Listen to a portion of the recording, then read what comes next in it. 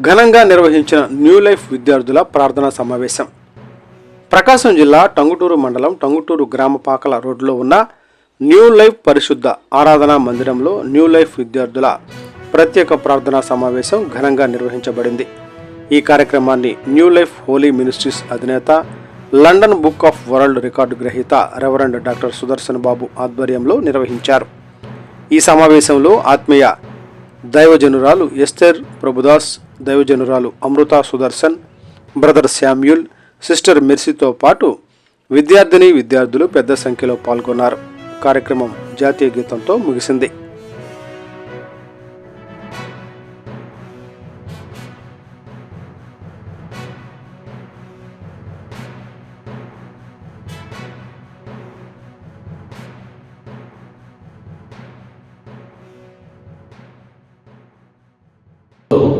Better కల్చర్కి, better కంట్రీస్కి, better స్టేటస్కి వెళ్ళగలగాలి. అఫ్కోర్స్ మీరు ఎంత బెటర్ అయినా భారత్ మహాన్, మన భారతదేశం చాలా గొప్పది. భగవంతుడు మనకి ఈ దేశాన్ని ఇచ్చారు, చాలా సంతోషం. ఓకే, మీరు ప్రార్థన చేయించుకున్న తర్వాత జాతీయ గీతం జనగణమనతో క్లోజ్ చేసి క్లోజింగ్ ప్రేయర్ చేస్తారు.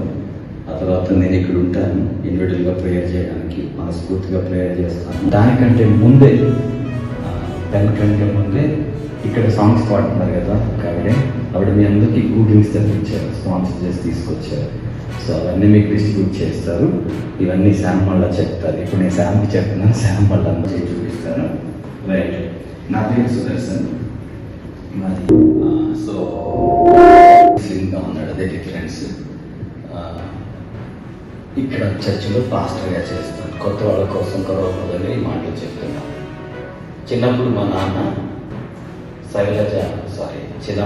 లక్ష్మీప్రియ గారు ఇన్ఫోసిస్లో పనిచేస్తున్నాడు చెప్పారు కదా, లిటిల్ స్టార్ అని. ఆ లిటిల్ స్టార్కి పాత పేరు స్టార్ పబ్లిక్ స్కూల్. మేము చిన్నపిల్లలప్పుడు స్టార్ పబ్లిక్ స్కూల్ దాని పేరు. నాకు ఇంగ్లీష్ రావాలని మా నాన్న దాంట్లో చేర్చాడు. చేరిస్తే 3 నెలలు వెళ్ళినా ఏబిసిడీలు రాలేదు. రాకపోతే చెంపదెబ్బలు వేశారు. చెంపదెబ్బలు వేస్తే అప్పుడు బాగుంటాయని, ఇప్పుడు పాడైపోతున్నాయని చెప్పి తీసుకొచ్చి తెలుగు మీడియంలో వేశారు. ఇది నా చరిత్ర. నా పేరు కనపడుతుంది. ఇక్కడ నుంచి అక్కడ దాకా డ్రైవ్ చేయబడడానికి దేవుడే కారణం.